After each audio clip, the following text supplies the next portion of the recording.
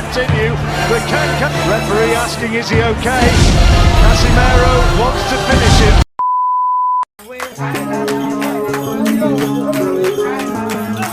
Sa bansang South Africa, naghari-harian ang boksingerong binabasbasan ng kanyang mga kanununuan. Kaya kung sino man ang magtatangkang bumalandra sa kanyang harapan at magsisilbing harang sa kanyang paruroonan, agad niya itong winawakasan. Ganyan katindi ang huling alas ng South Africa. Mala Avatar the Legend of Ang, kung ituring ng kanyang mga kababayan. Ang natitirang pag-asa, ang nag-iisang makapagpapabago ng takbo ng sistema, ang binansagang The Last Born na si Zulani Tete. Noong November 30, 2019, nakaharap nito ang ating kababayan na si Janriel Cuadro alas Casimero. Ginanap ang kanilang laban sa Utilita Arena, Birmingham, United Kingdom. Ang laban na ito, mga idol, ay dihadong-dihado ang ating kababayan. Sa reach advantage pa lang ay kakawawain daw itong si Casimero. Nagmumukha nga daw itong duwende kapag kaharap na si Zulani Tete. Huwag na natin patagalin to, mga idol, bakbaka na agad. His last 4 wins have all come by stoppage.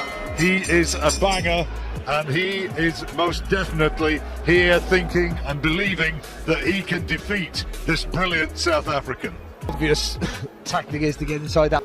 Which problem is then you have that uppercut, Tete, and then which came in 11 seconds. That might never be broken.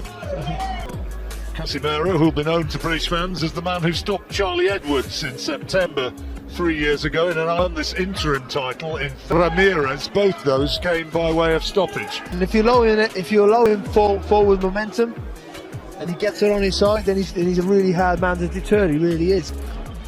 So for Tete, it's just keeping him in this place all the time. Only weighed 8 stone 4, the 8'6" limit. That's the crazy part of it. On occasion, he kind of just does enough. We commentated on a fight over in Yekaterinburg last year. It was that fight last October. Yeah. And that was that sort of fight, wasn't it? He won by about a 4 or 5 point margin, but he never really took any risks at all. No, he can coach the fight, can't he? So he can stick in second gear, just kick you off and be happy with that. Well, fairly quiet opening round. Bell just coming up as Casimero tries to launch that right hand and just whips it through thin air. And Tete maybe just doing enough. We'll get Barry's verdict in a moment. As we go into the second round, how did you score that one, Barry? I give it to Tete. I think just some of those flicking jabs were enough to give him the edge for me. Casimero didn't really do enough, if anything, to be fair.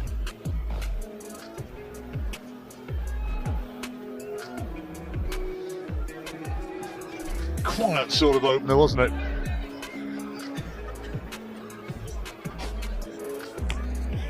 Test will come when Casimero lands one of those big punches in.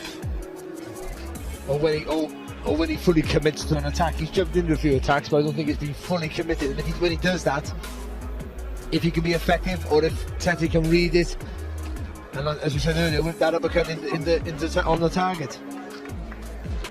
Casimero promoted by the legendary Manny Pacquiao.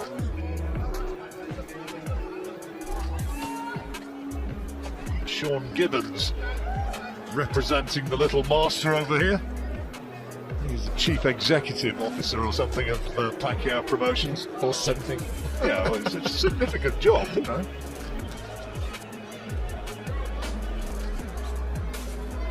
He introduced himself to me as that, and also as the president, so I'm not sure which it was.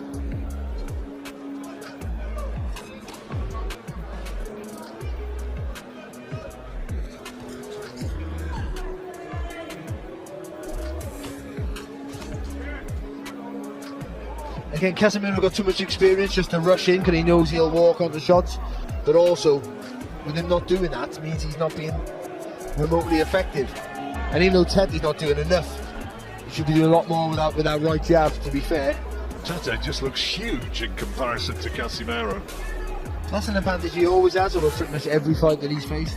Talked about moving up in weights, that might happen at some point. And I guess another option, talked about Inoue, but Rigondeaux, the Cuban, is fighting Liborio Solis for the regular WBA title. That's coming up in about 3 weeks. And Tete's talked about fighting Rigondeaux, or as he's correctly pronounced with the Spanish accent, Rigondeaux. And look, two absolute geniuses, but it could also be a stinker of a fight. They might just both be looking at each other. Could be a chess match, Stare at each other to make the first move, yeah. Which this is a little bit at the moment. Yeah, it is, you know, and again, Casimero's trying to attack, but short little right hand there. I thought it was half a head as well.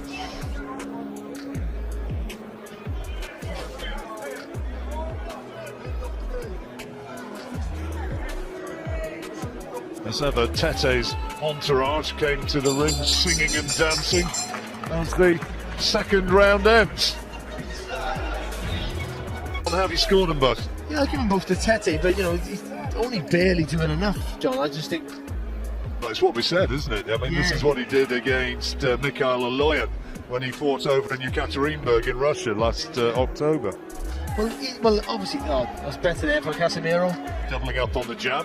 Well, I guess he thinks, you know, it's your move to close the gap, not mine. I'm the taller fighter with a longer reach. I want to keep it on. You gotta try and bring it to me.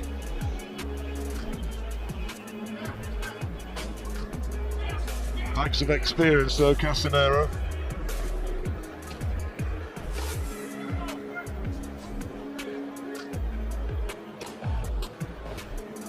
Got a record of 5 wins and 2 defeats in world title fights. Tete 5-1.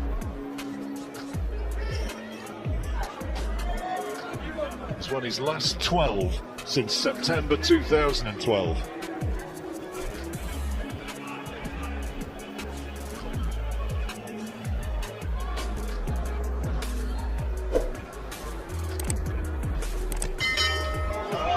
Oh, Casimero got him. He's got him with a bot now. He's getting it. He's got him with a body shot, was it? No, not the chin. It was a short right hook to the chin. And he's in trouble. He's in real trouble. Tete's in a lot of trouble. And the referee wants to look at him. He's allowing it to continue. But referee asking, is he okay? Casimero wants to finish it right here, right now, and finish it like this. Well, see, now here, nothing's happening. Now all of a sudden, look, he doubles up really quick, but the first one did all the damage, and he was gone. So you see that? You can't see it there, but the referee. But it was a great shot. He stepped around, and the left foot's gone outside of the right foot of the southpaw. Right on the temple. Right on the temple. Right, short no right, so right on the temple. And he does it again, doubles it up again, but the first one did all the damage. He jumps in with a body shot, which initially I thought was what had done it, and then he lands with 2 right hands to the side of the head. And he's better. Look at this now. There's nothing really clean conclusion. He got caught on the top of the head there, Tete, but he wasn't recovered from the first one. The referee could have easily stepped in after the first knockdown. And the referee Steve Greer was right to step in there. Tete not defending it. The title changes hands in sensational fashion. Zolani Tete stopped by John Real Casimero of the Philippines, and the big South African favourite suffers a defeat which was simply not expected, no way. Well, we're sat here just praising Tete up, and all of a sudden Casimero comes in with a short hook, sort of turns the body himself, his eyes were all over the place, and wow, what a win. Tete sitting down again on the stool in the ring, and he still looks very, very dazed by what's happened in there. Meanwhile, celebrations on the other side of the ring, hugs and kisses for a new champion. And Casimero, of course, now. 2 minutes 14 seconds of round number 3. The referee in charge, Steve Gray, weighs in on. Therefore, your winner by way of technical knockout and new WBO Bantamweight Champion of the World. Kung ngayon ka palang napadpad sa ating Facebook page mga boss, huwag kalimutang i-like, share, and follow para lagi ka ma-notify sa ating mga bagong uploads. Hanggang dito na lang muna ang ating video ngayon mga idol bossing. Maraming salamat sa inyong suporta. Mabuhay, ingat po, and God bless.